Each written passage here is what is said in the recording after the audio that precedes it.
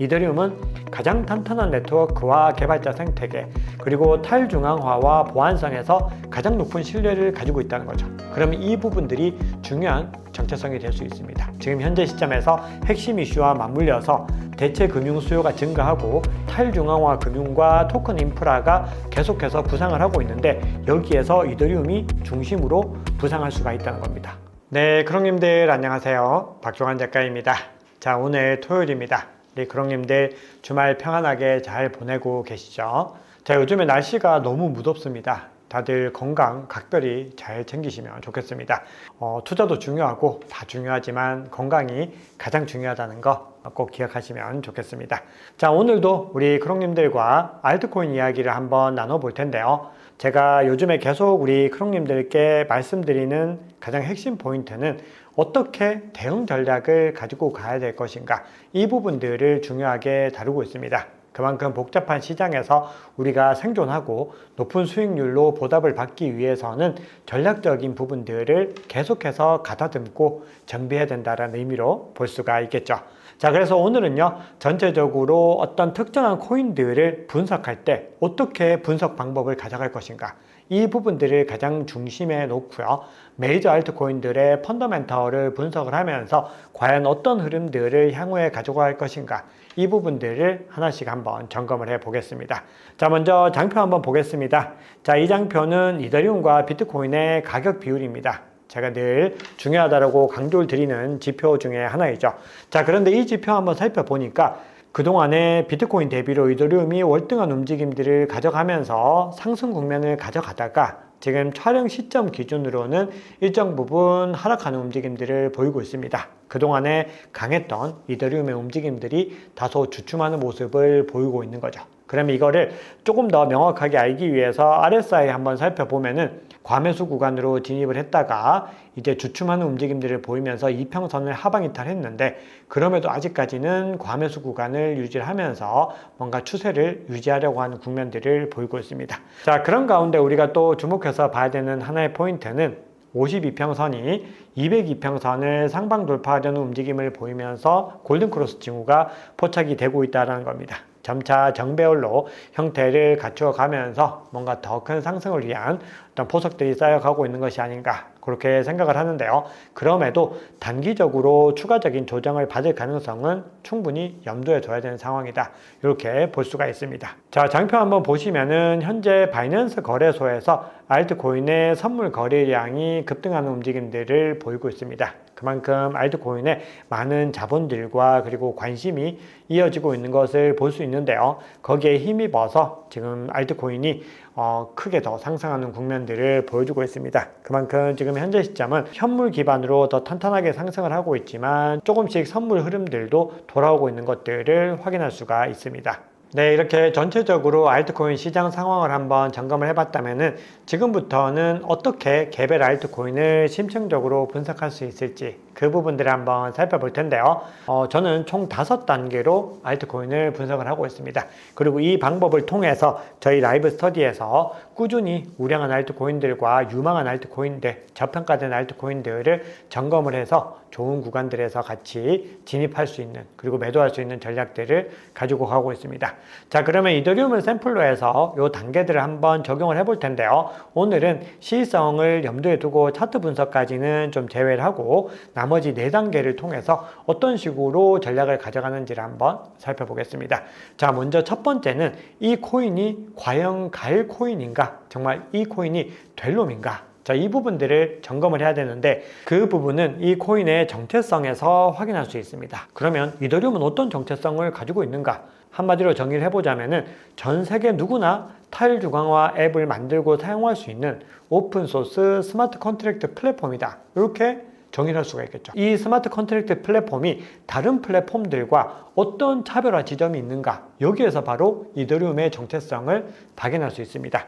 이더리움은 가장 탄탄한 네트워크와 개발자 생태계, 그리고 탈중앙화와 보안성에서 가장 높은 신뢰를 가지고 있다는 거죠. 그러면 이 부분들이 중요한 정체성이 될 수 있습니다. 지금 현재 시점에서 핵심 이슈와 맞물려서 대체 금융 수요가 증가하고 탈중앙화 금융과 토큰 인프라가 계속해서 부상을 하고 있는데, 여기에서 이더리움이 중심으로 부상할 수가 있다는 겁니다. 왜냐? 기관들과 기업들, 금융이 이제 더 본격적으로 이 암호화폐 생태계에 진입하게 됐을 때 어떤 체인을 가장 먼저 주목하고 선택하게 될 것인가를 판단해 봤을 때 이 측면에서 이더리움이 가장 위에 있다는 것을 확인할 수가 있는 거죠. 자, 그런 가운데 3단계로 기관과 매체들은 그러면은 이더리움을 어떻게 평가하고 있는가 한번 살펴보면은 현재 기관과 기업들은 가파르게 이더리움을 매수하고 있습니다. 이더리움 현물 ETF 흐름과 샤프링크 게이밍의 이더리움 축적 속도를 보면은 폭발적이다라고 볼 수 있는데요.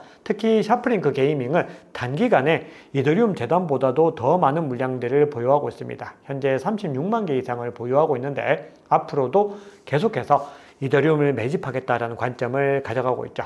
자, 그런데 이 회사의 주축을 이루고 있는 것이 바로 이더리움 공동 창업자인 조셉 루빈이라고 하는 인물입니다. 그리고 조셉 루빈은 스트래티지의 마이클 세일러와 만나서 어떻게 하면 이더리움을 재무 관점에서 적용해서 이더리움계의 스트래티지를 만들 수 있는지를 협의를 했습니다. 그리고 그 과정들을 지금 이루어내고 있다고 볼 수 있죠.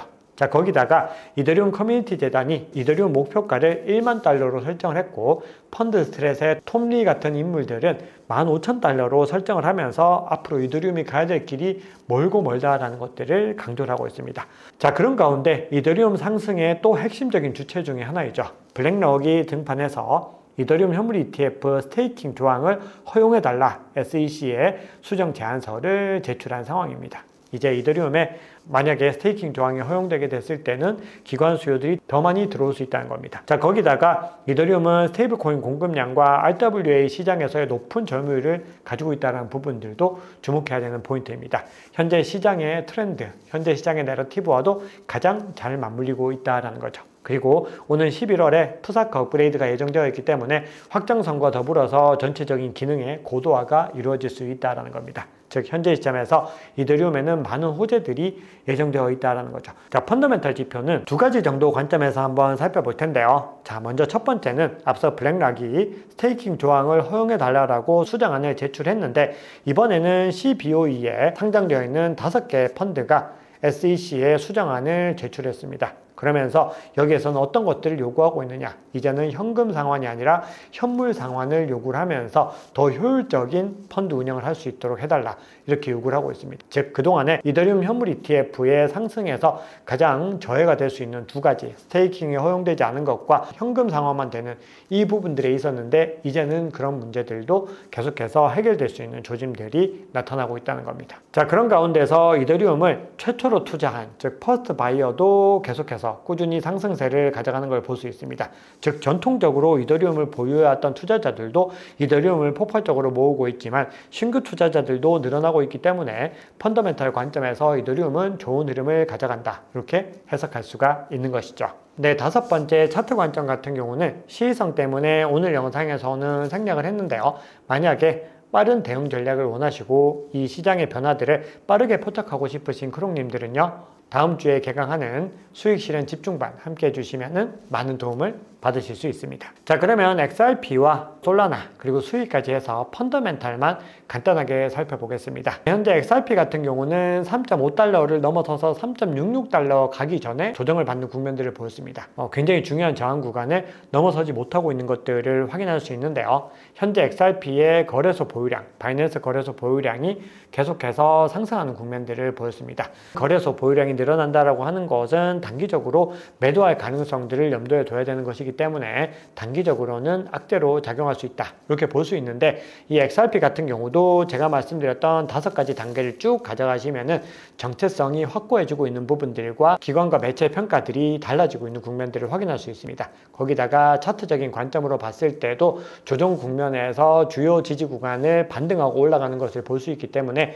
우리는 그 국면들을 계속해서 살펴보시면서 대응 전략 함께 가져가시면 좋을 것 같습니다. 자, 다음으로는 솔라나인데요. 자, 이 장표는 솔라나 재단에서 직접 공개한 장표입니다. 현재 스테이블 코인의 속도 지표인데요. 스테이블 코인이 얼마나 많이 활용이 되고 있는가, 이 부분들을 측정하는 지표인데 그동안에는 트론이 아주 월등하게 높은 움직임들을 보여줬었는데 최근에는 솔라나가 트론 대비로도 조금 더 우위에 있는 모습들을 확인할 수 있다. 이렇게 솔라나 재단에서 밝히고 있는데요. 이 얘기는 현재 스테이블 코인 법안이 최종적으로 트럼프 대통령의 서명까지 통과를 하면서 전체적인 흐름들이 상승세로 향할 수 있는 어떤 중요한 스테이블 코인 관련 프로젝트들이 상승 국면을 보일 수 있는 중요한 포인트들이 마련되고 있는데 그 중에서 솔라나도 이 스테이블 코인 시장에서 높은 영향력을 가져갈 수 있다. 이렇게 해석을 할 수 있습니다. 거기다가 최근의 흐름들을 한번 살펴봤을 때 스테이블 코인 법안이 통과되는 전후로 해서 이더리움 생태계에서 가장 많은